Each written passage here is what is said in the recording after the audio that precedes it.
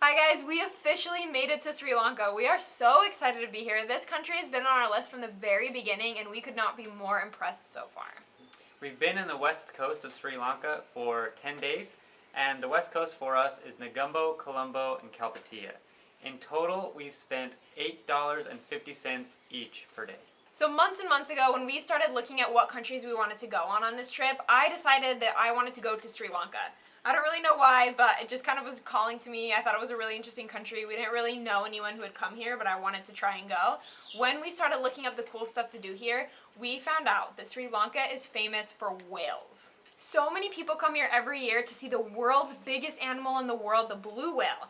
But what people don't know is that Sri Lanka is also famous for sperm whales, which is my personal favorite. When I found out that Sri Lanka has sperm whales and that it was possible to come and swim with them, I was so excited, like not even kidding you, for months and months and months before we went on this trip. I was like showing anyone who would watch like documentaries and little videos on YouTube about sperm whales and doing a bunch of research on it. I have been so excited, and guys, our dream came true. We swam with sperm whales. Basically, we just got out here, we started talking to people, we were explaining that this was literally our dream to be able to go and dive with sperm whales, and we were able to find some local people who took us out to do it. It cost us $35, which is just absolutely nothing.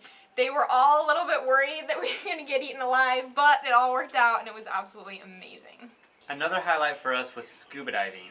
This cost us $75, but we don't put that in the budget because it's more of a specialty thing. We dove with Kalpitiya Dive Center with Sam. While diving, we saw my very first octopus, some cuttlefish that were cuddling. They were definitely getting it on. And some moray eels, lots of fish. It was a pretty cool dive. Big stingray, like huge stingray. Yeah, it was really cool. Yeah. Anyways, enough of us talking. Go ahead and watch our travel video, see all the cool stuff we did for yourselves. When we come back, we're gonna tell you guys exactly how you can do the same stuff for just as cheap.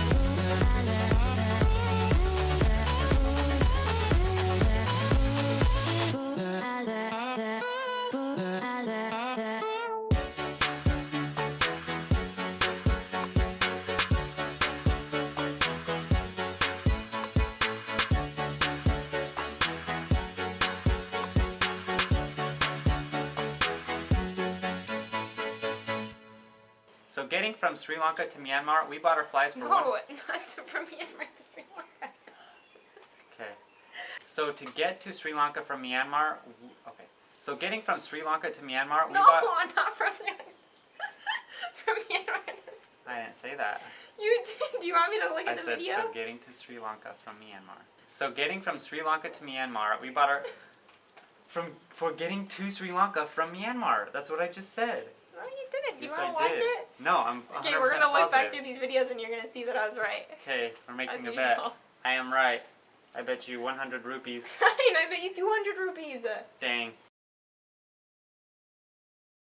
So getting to Sri Lanka from Myanmar, we bought our airplane tickets for $140 each. Then we got our visas for $35 each, but you have to do these in advance online. When you're coming from or going to the airport, the two closest cities are Negombo and Colombo. If you're going anywhere else, we recommend you to go to the Kalpitiya train station, and you can go pretty much anywhere in the country from there. And that's just like a $1 or $2 tuk-tuk ride from the airport. It's really close. If you do want to go to Negombo, also go to the bus station. It's about a 1 or 2 minute tuk-tuk drive. Yeah, or like a 15-minute walk, so Yeah. you can just walk there. We went to Negombo first, but if you want to go to Colombo, there's a direct bus from the airport that will take you straight to the main train station in Colombo. And guys, travel in Sri Lanka is so cheap. Whether you're doing a tuk-tuk, a bus, or a train, you really just need to budget like a couple dollars every couple of days, and you're going to be totally fine. Right, so don't get swindled into like the airport tuk-tuks or the airport Yes. taxis that will charge you like 30 bucks. They will harass you as soon as you step out of the airport. You absolutely have to walk a little ways, like 5 or 10 minutes out of the airport to get any kind of a reasonable tuk-tuk ride. So once we got to Negombo, we stayed at the Randy Homestay, which I believe is closed down now. I don't know why, but we stayed there for $11. We thought it was $7, but when we got there, it was $7 for one person, so we were able to talk him into $11 for 2 people. Yeah, that was kind of my bad, but also it was confusing on booking. Like, that was kind of their bad, but whatever. We just spent like a transit day in Negombo. It's a really cute little like fishing village, but it's not super amazing. I would say you don't need to spend any time there at all, and if you do have to go there, a day is totally sufficient. I wouldn't call it a village, I'd call it a city. True. So we got to Negombo, we were sitting in our hotel, and we had no idea where we wanted to go next. We had not really planned out an itinerary for this country at all yet.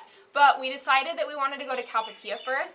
So what we did was we created a Couchsurfing account, kind of on a whim, because we had a few friends who were like, yeah, it's really great, it's a good way to travel cheap, blah, blah, blah. So we made an account, we started looking stuff up for Kalpitiya, and we found a lady named Anais who accepted us as couchsurfers. So we went ahead and stayed with her for the next 6 days. And oh my gosh, I don't know if we will ever have a couchsurfing experience that'll be that great. It was so much fun, and we definitely are going to continue couchsurfing in the future. Anais is a Spanish woman who started her place called Kite House Cafe.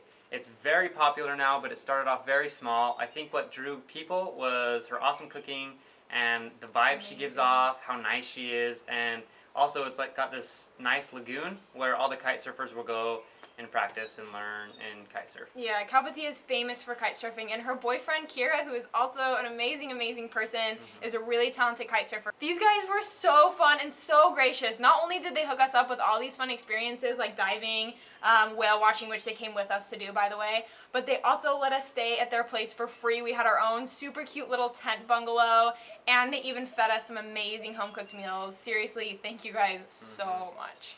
The food at Kite House Cafe was probably the best food we've had on this trip.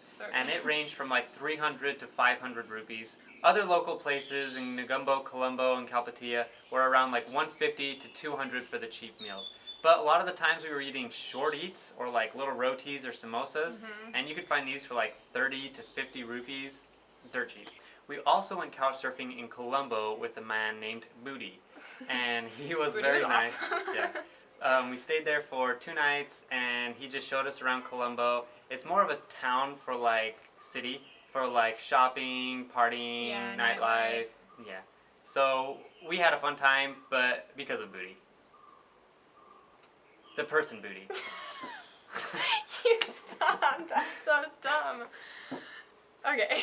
We really did have a good time, but Colombo wasn't necessarily like the most amazing destinations. There's many other places in Sri Lanka that are going to be a little bit better. Thank you guys so much for watching our videos. We have such a fun time sharing these experiences with everyone. We hope you guys will tune into our next video, which is South Sri Lanka, and we'll see you guys then. See you guys.